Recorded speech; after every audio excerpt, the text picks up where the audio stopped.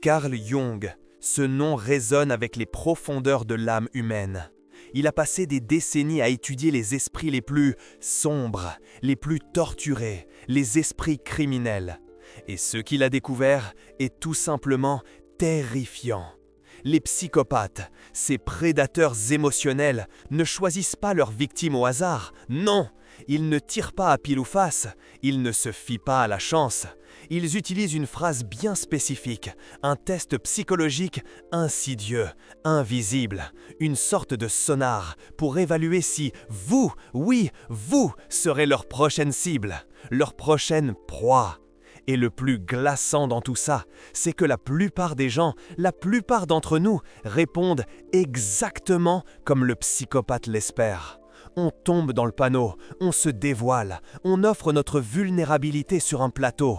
Cette vidéo, aujourd'hui, va vous exposer cette phrase. Elle va la mettre en lumière, elle va la disséquer, l'analyser et à la toute fin, vous connaîtrez la seule réponse, l'unique bouclier qui vous protégera instantanément. Mais avant de vous révéler ce secret, avant de vous donner cette arme, il est crucial, essentiel que vous compreniez quelque chose de fondamental. Si, récemment, quelqu'un vous a posé cette question et que vous avez ressenti, au fond de vous, un malaise, une gêne, un inconfort indicible, inexplicable, quelque chose qui cloche, qui ne tourne pas rond, alors votre instinct, votre intuition vous hurlait la vérité. Ne l'ignorez jamais, n'éteignez jamais cette petite voix intérieure. Elle est votre meilleur allié, elle est votre système d'alarme. Écoutez-la, croyez-la, faites-lui confiance. Jung, lui-même, a travaillé avec des criminels diagnostiqués à l'hôpital psychiatrique de Burgoldsli entre 1900 et 1909. C'est là, au contact de la folie, qu'il a développé son fameux test d'association de mots.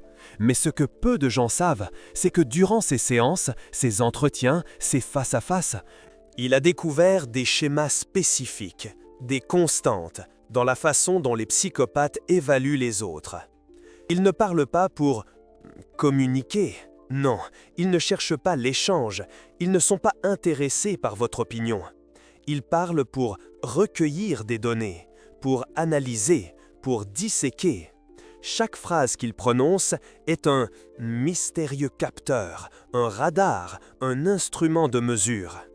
Et la formule que je vais vous dévoiler est leur préférée, c'est leur outil de prédilection. Pourquoi? Parce qu'elle mesure avec une précision chirurgicale 3 variables essentielles, 3 informations dont ils ont absolument besoin avant de passer à l'attaque, avant de vous choisir comme proie. Première variable, votre niveau de culpabilité. Deuxième variable, votre capacité à établir des limites, à dire non, à vous protéger. Troisième variable, votre besoin, votre désespéré besoin d'approbation externe, de validation du regard des autres. Si vous échouez à ces 3 tests, si vous donnez les mauvaises réponses, alors il vous marque, il vous étiquette, il vous coche comme une cible facile, un territoire libre, une proie sans défense. Et tout cela se produit en moins de 30 secondes de conversation, en un clin d'œil. La phrase, la question, le pillage que le psychopathe utilise pour évaluer si vous êtes sa prochaine victime est la suivante. La voici. N'êtes-vous prêt? Pourquoi es-tu si sensible? Des variations existent, des nuances subtiles, des déguisements. On peut aussi entendre « ce n'était pas si grave » ou encore « tu exagères ». Et la plus létale, la plus pernicieuse, celle qui endort votre vigilance. C'était juste une blague. Pourquoi tu le prends si à cœur? Maintenant, votre première réaction, votre première pensée pourrait être « mais tout le monde dit ça, ce n'était pas si grave, on l'entend tous les jours ». Exact, et c'est précisément là que réside le génie sombre, la perversité de cette phrase. Elle est tellement commune, tellement banale, tellement normalisée socialement, qu'elle passe inaperçue, qu'elle se fond dans le décor, qu'on ne la voit pas comme un test, comme une sonde, comme une épreuve de vulnérabilité. Mais quand un psychopathe la prononce, croyez-moi, il observe, il analyse, il décortique 3 réponses spécifiques avec une précision chirurgicale. Il traque la moindre faille, le moindre signe de faiblesse. Laissez-moi vous décoder ce qu'il est réellement en train d'évaluer. Le psychopathe cherche à savoir, est-ce que cette personne défend ses limites même quand l'attaque n'était pas intentionnelle? Si vous répondez « Tu as raison, je ne devrais pas le prendre personnellement », vous venez de confirmer que vous ne défendez vos limites que s'il y a une intention malicieuse prouvée. Cela signifie que le psychopathe peut vous blesser accidentellement indéfiniment. Troisième variante, tu es toujours sur la défensive. Celle-ci est brillante parce qu'elle inverse complètement la narration. Vous avez établi une limite et il la reformule comme si c'était vous le problème. Si vous acceptez cette reformulation et vous pensez « peut-être que je suis trop sur la défensive », vous venez de pathologiser votre propre instinct de protection. Quatrième variante, je ne peux rien te dire sans que tu te vexes. Cela mesure la dépendance émotionnelle. Si après avoir entendu ça, vous vous efforcez de lui montrer qu'il peut vous dire des choses sans que vous vous vexiez, vous êtes en train de modifier votre comportement pour accommoder son manque de respect. Le psychopathe vient de confirmer que vous priorisez sans confort à votre propre dignité. Cinquième variante est la plus létale. Tu es exactement comme ta mère ou ton père quand tu fais ça. Cela active un trauma générationnel. Si vous avez une relation compliquée avec ce parent, maintenant, le psychopathe a lié votre réponse émotionnelle saine à un schéma familial que vous voulez éviter. Résultat, vous supprimerez cette réponse pour ne pas être comme ce parent. Le psychopathe vient de pirater votre histoire familiale pour désactiver vos défenses. Alors, que faire quand quelqu'un dit une variante de « tu es tellement sensible ». Voici la réponse que Jung recommandait et qui protège instantanément. Premièrement, ne justifiez pas, n'expliquez pas, ne vous excusez pas. Le simple fait d'expliquer pourquoi vous vous êtes senti comme vous vous êtes senti, c'est déjà donner du pouvoir. Deuxièmement, ramenez l'attention sur l'action, pas sur votre réaction. La phrase exacte « Je ne suis pas sensible, tu es inapproprié » ou plus court « Ma réaction n'est pas le problème, ton commentaire, si ». Vous voyez ce qui vient de se passer? Vous n'êtes pas entré dans un débat sur si vous êtes sensible. Vous avez redirigé la conversation vers le comportement qui a causé votre réaction. Troisièmement, et c'est crucial, observez sa réponse à votre limite. Si la personne est saine, elle dira quelque chose comme « Tu as raison, j'ai exagéré » ou au moins reconnaîtra votre perspective. Si c'est un psychopathe, il l'escaladera. Il dira que vous êtes impossible, dramatique, qu'on ne peut pas parler avec vous. Et vous savez quoi? Parfait, parce qu'il vient de confirmer que son objectif n'a jamais été la communication, c'était le contrôle, et vous venez de l'identifier. Jung avait un exercice qu'il faisait avec les patients qui avaient été victimes de manipulation. Il leur demandait d'écrire toutes les fois où quelqu'un leur avait dit « Tu es très sensible » ou des variantes. Après, il leur demandait « Qu'est-ce qui précédait cette phrase ?» Et le schéma était toujours le même. La personne avait établi une limite, exprimé un inconfort ou refusé quelque chose. Et le manipulateur répondait en pathologisant la réponse, au lieu d'ajuster son comportement. Jung appelait ça la méthode de l'invalidation sélective. Le manipulateur ne questionne jamais vos émotions quand elles le servent. Si vous êtes heureux, enthousiaste, complaisant, votre sensibilité est sarcastique. Il ne questionne vos émotions que quand vous établissez des limites qui le dérangent, lui. Cette sélectivité est sa signature, et une fois que vous la voyez, vous ne pouvez plus l'ignorer. Laissez-moi vous donner un exemple réel des archives de Jung, avec des noms changés. Patiente Sophie Dubois, femme de 34 ans, est venue en consultation en 1907, rapportant que son mari, Henri Dubois, la faisait se sentir folle.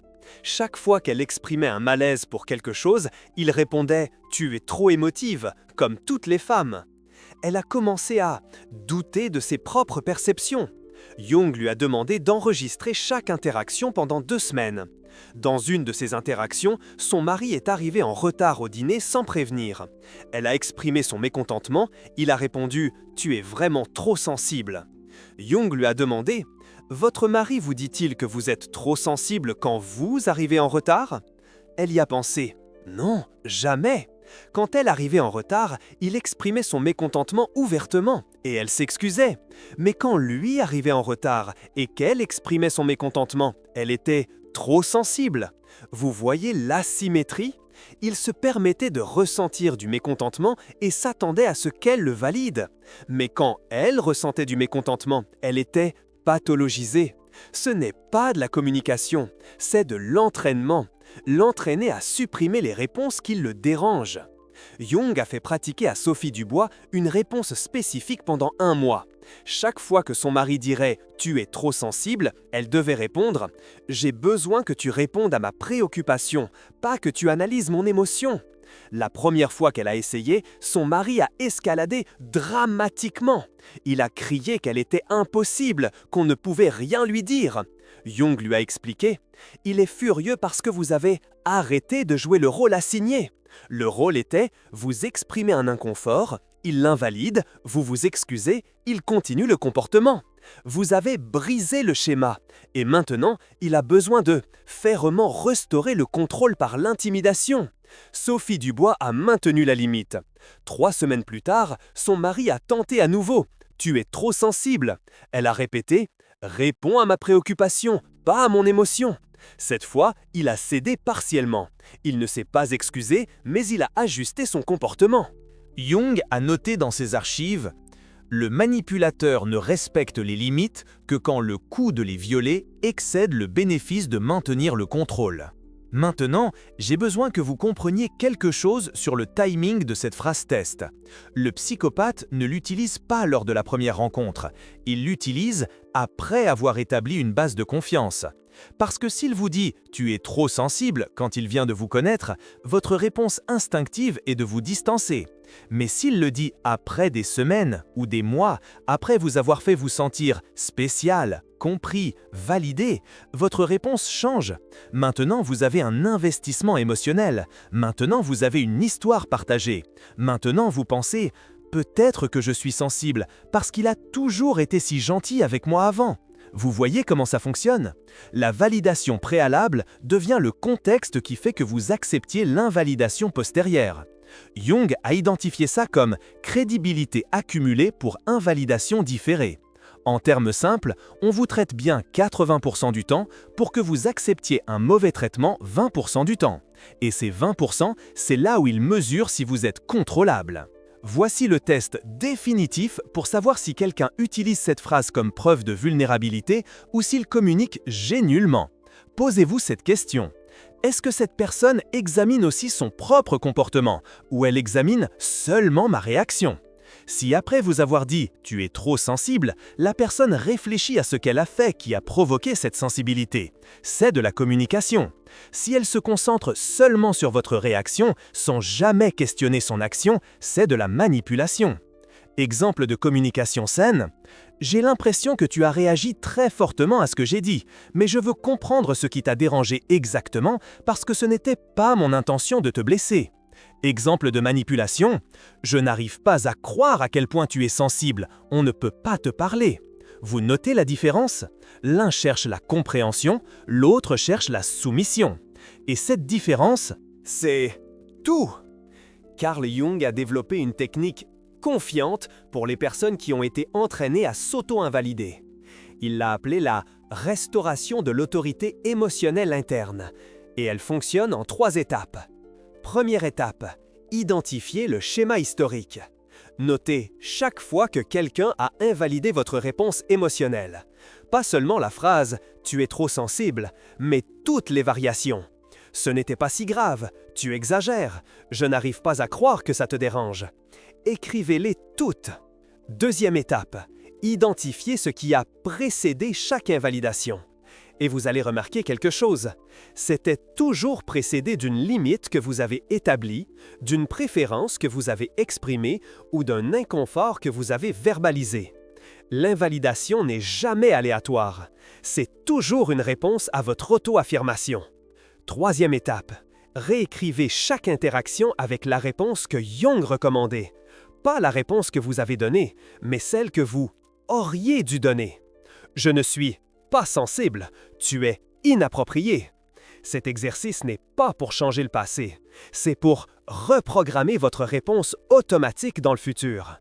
Parce que voici ce que Jung a compris et que la psychologie moderne met des décennies à confirmer. Nous ne changeons pas les comportements par la compréhension intellectuelle, nous changeons les comportements par un essai mental répété. Chaque fois que vous réécrivez une interaction passée avec une réponse protectrice, vous créez un nouveau schéma neuronal.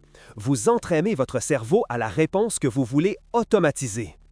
Et la prochaine fois que quelqu'un dira « tu es trop sensible », votre réponse ne sera pas des excuses, mais une limite. Pas parce que vous l'avez pensé, mais parce que vous l'avez entraîné.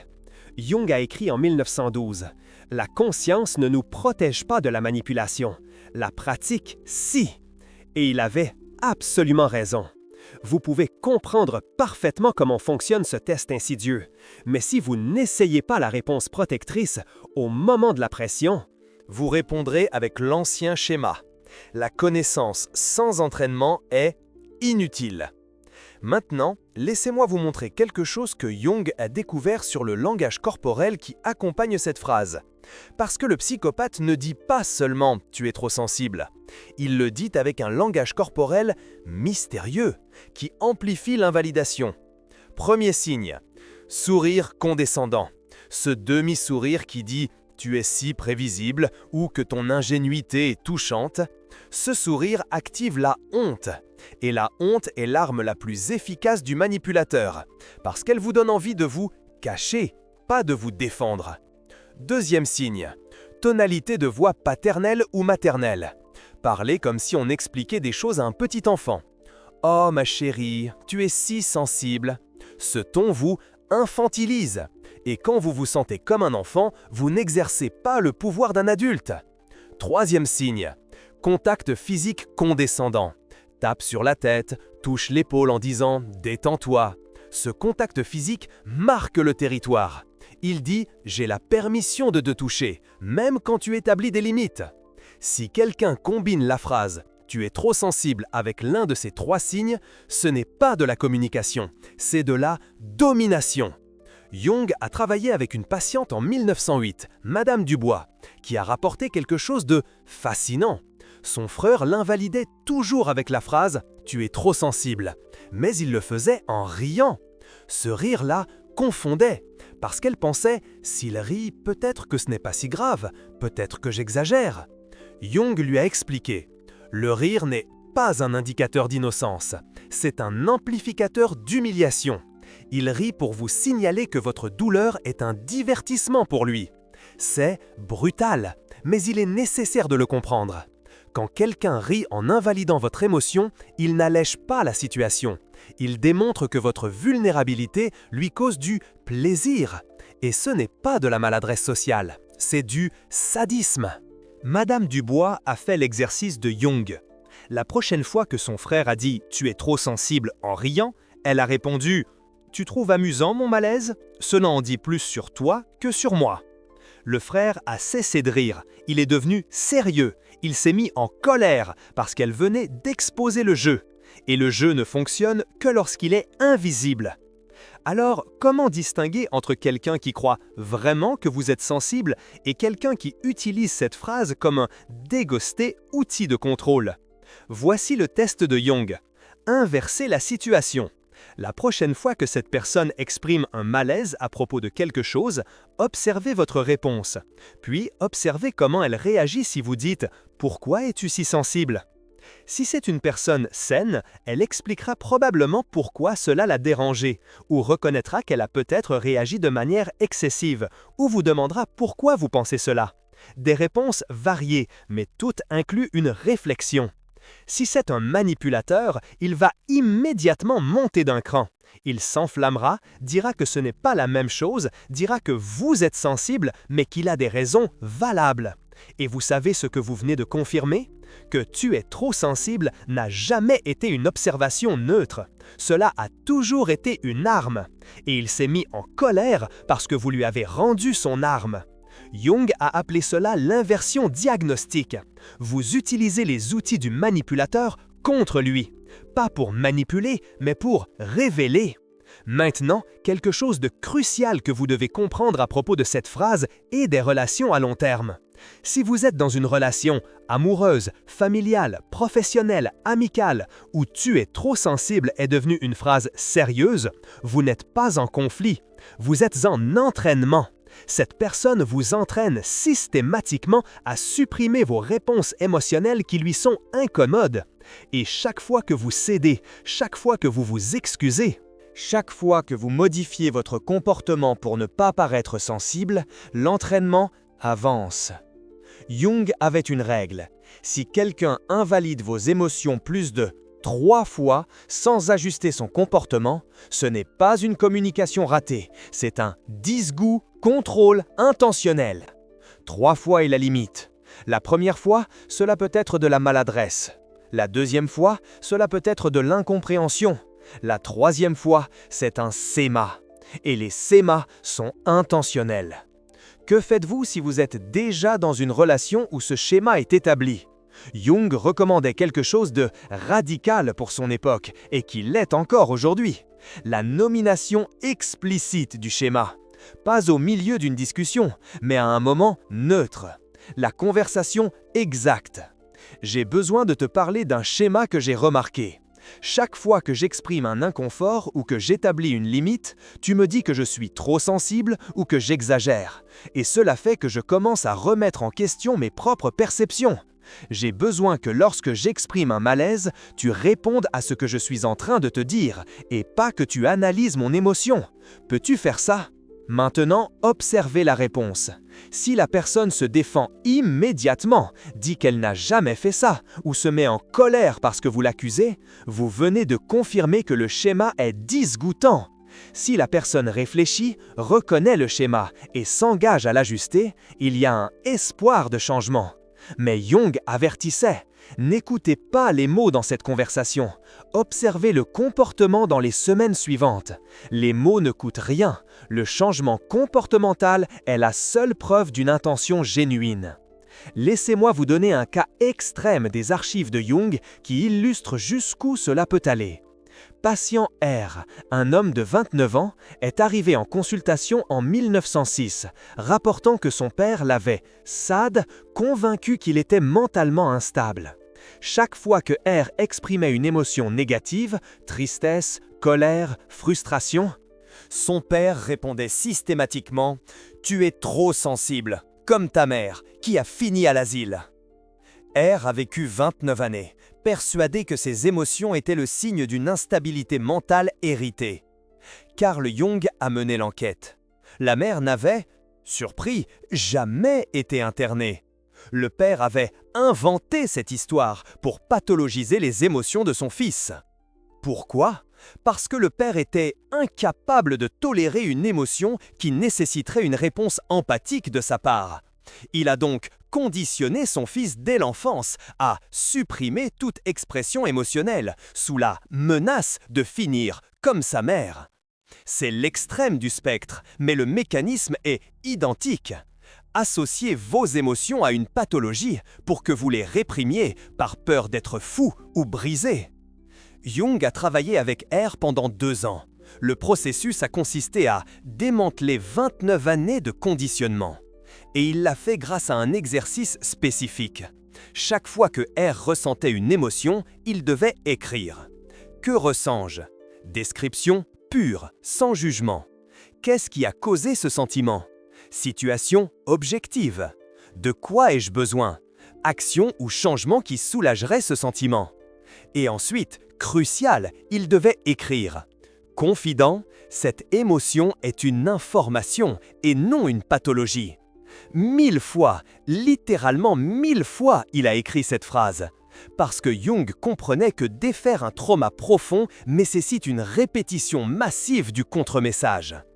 R a récupéré son autorité émotionnelle.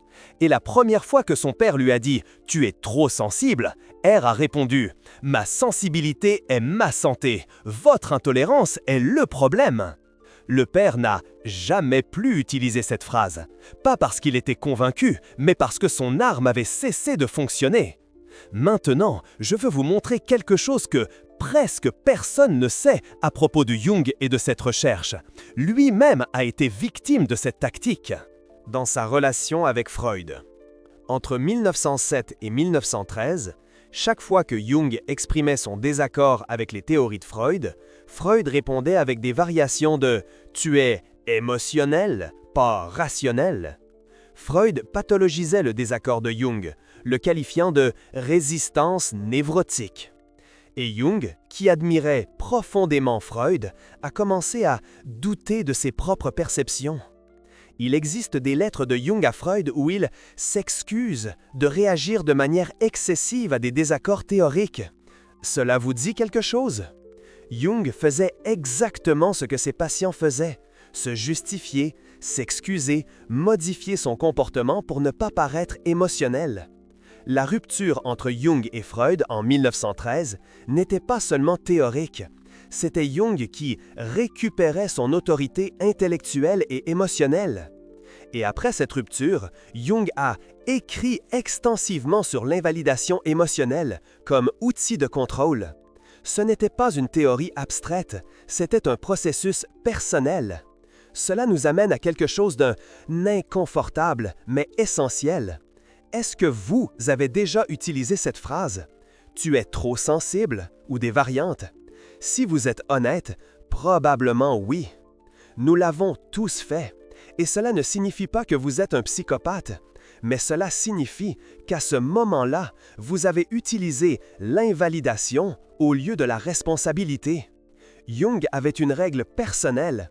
Si j'invalide l'émotion de quelqu'un, j'évite d'examiner mon comportement qui a causé cette émotion. Chaque fois que vous vous surprenez à dire ou à penser « cette personne est trop sensible », faites une pause. Demandez-vous « qu'ai-je fait qui a généré cette réponse? Suis-je prêt à ajuster mon comportement ou préférais-je que l'autre personne supprime sa réponse? » Si vous choisissez la deuxième option, vous ne communiquez pas, vous contrôlez. Et reconnaître cela en soi est la première étape pour ne pas devenir ce que nous dénonçons dans cette vidéo. Alors, quelle est la protection définitive que Jung a identifiée? Ce n'est pas une réponse spécifique. C'est un principe interne. Jung l'appelait l'auto-imperméabilité émotionnelle sélective. En termes simples, vos émotions ne sont pas soumises à un vote externe. Vous n'avez pas besoin que quiconque soit d'accord sur le fait que vous avez le droit de ressentir ce que vous ressentez. Si quelque chose vous met mal à l'aise, cet inconfort est valide par le simple fait que vous la ressentez. Elle n'a pas besoin de justification, elle n'a pas besoin d'être proportionnelle selon des normes externes, elle n'a pas besoin d'être approuvée, elle existe, point final. Et lorsque vous intériorisez cela complètement, tu es trop sensible, cesse d'avoir du pouvoir. Parce que votre réponse interne est « peut-être, et j'ai toujours besoin que tu ajustes ton comportement ». Voyez comment tout change? Vous ne débattez pas de savoir si vous êtes sensible ou non. Vous maintenez l'accent sur le comportement qui doit changer. Jung a écrit dans son livre « Type psychologique » publié en 1921, « L'individu qui soumet ses perceptions internes à une validation externe perpétuelle a perdu le contact avec son vrai soi. Il vit dans la persona, le masque social, et ce masque finit par le consumer. » C'est exactement ce qui se passe lorsque vous acceptez « tu es trop sensible » comme un diagnostic valide. Vous commencez à vivre selon la perception externe de ce que vous devriez être, et non selon votre expérience interne de qui vous êtes.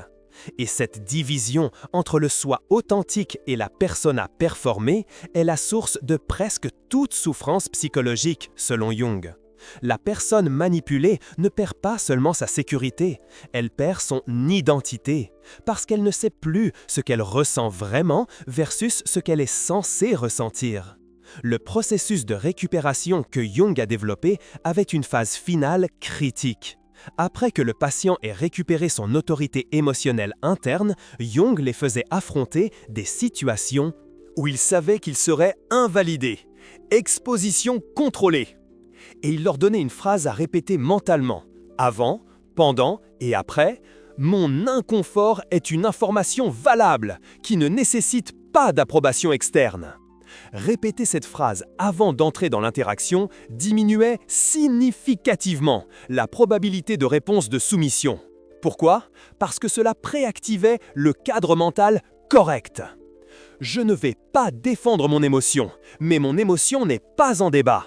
Cette différence de cadre mental change tout. L'un est une position défensive, l'autre est une position souveraine. Maintenant, avant de terminer, j'ai besoin de vous donner les signes que vous êtes en train de récupérer votre autorité émotionnelle. Parce que le processus n'est pas linéaire et vous allez avoir besoin de ces marqueurs pour savoir que vous avancez. Signe 1. Vous cessez de vous justifier automatiquement. Quelqu'un vous dit « tu es trop sensible » et votre premier réflexe n'est plus d'expliquer pourquoi vous avez ressenti ce que vous avez ressenti. Votre premier réflexe est de rediriger vers le comportement. Signe 2. Vous ressentez de la colère au lieu de la honte. Avant, « tu es trop sensible » vous faisait vous sentir honteux. Maintenant, cela vous met en colère. Ce changement émotionnel est la preuve que vous n'intériorisez plus l'invalidation. Vous la reconnaissez comme une agression. Signe 3. Vous observez le schéma en temps réel. Quelqu'un dit la phrase et simultanément, vous pensez « il, elle essaie de m'invalider ». Cette conscience sur le moment est une protection active. Signe 4. Vous réduisez le contact avec les invalidateurs chroniques sans ressentir de culpabilité. Avant, vous pensiez « je devrais pouvoir gérer ça » ou « peut-être que c'est moi ». Maintenant, vous pensez « cette personne n'est pas sûre pour moi » et vous agissez en conséquence. Signe 5. D'autres personnes commencent à vous dire que vous avez surpris, changé. Spécifiquement, on vous dit que vous êtes devenu plus difficile, moins flexible, plus conflictuel. Et vous savez quoi? Parfait! Parce que cela signifie que vous avez cessé d'absorber les comportements inappropriés pour maintenir une fausse paix. Vous priorisez votre intégrité sur le confort des autres, et c'est un signe de bonne santé, pas un problème. Carl Jung lui-même avertissait ses patients. Lorsque vous rétablissez des limites saines, les personnes qui profitaient de votre absence de limites vont vous dire que le problème, c'est vous. Anticipez cela. Ce n'est pas un signe que vous avez reculé, c'est un signe que vous avez tellement avancé que vous dérangez le système. Si cette vidéo vous a apporté de la clarté sur des manipulations que vous ne saviez pas nommer, si elle a confirmé quelque chose que votre instinct savait déjà mais que vous ne pouviez pas articuler, envisagez de soutenir cette chaîne.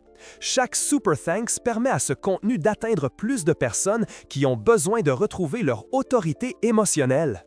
Ce n'est pas obligatoire, mais si cela vous a aidé, ce geste aide la chaîne. Jung a passé 40 ans à étudier comment les gens perdent contact avec leur moi authentique. Et il a découvert que cela commence presque toujours par une invalidation externe qui se transforme en auto-invalidation interne. « T'es trop sensible » n'est qu'une des 1000 phrases qui font ce travail. Mais c'est la plus commune, la plus normalisée et donc la plus fermée. Parce que lorsque quelque chose est socialement accepté, nous ne le remettons pas en question. Et quand nous ne le remettons pas en question, nous ne nous protégeons pas. Cette vidéo est votre permission de questionner, de faire confiance à votre malaise, de refuser la recalibration de votre système émotionnel par des personnes qui n'ont pas votre bien-être comme priorité. Votre sensibilité n'est pas un problème, c'est de la précision. C'est votre système de détection des dangers qui fonctionne correctement. Et quiconque vous dit de le désactiver ne prend pas soin de vous. Il vous prépare. Écrivez dans les commentaires si quelqu'un vous a dit quelque chose qui vous a mis mal à l'aise, mais vous ne saviez pas expliquer pourquoi. Votre instinct vous avertissait. Et si cette vidéo vous a aidé à nommer ce que vous ressentiez, partagez-la pour qu'elle atteigne quelqu'un d'autre qui a besoin de l'entendre. La validation de votre propre expérience ne nécessite pas de consensus externe. Mais parfois, cela aide de savoir que vous n'êtes pas seul à la reconnaître.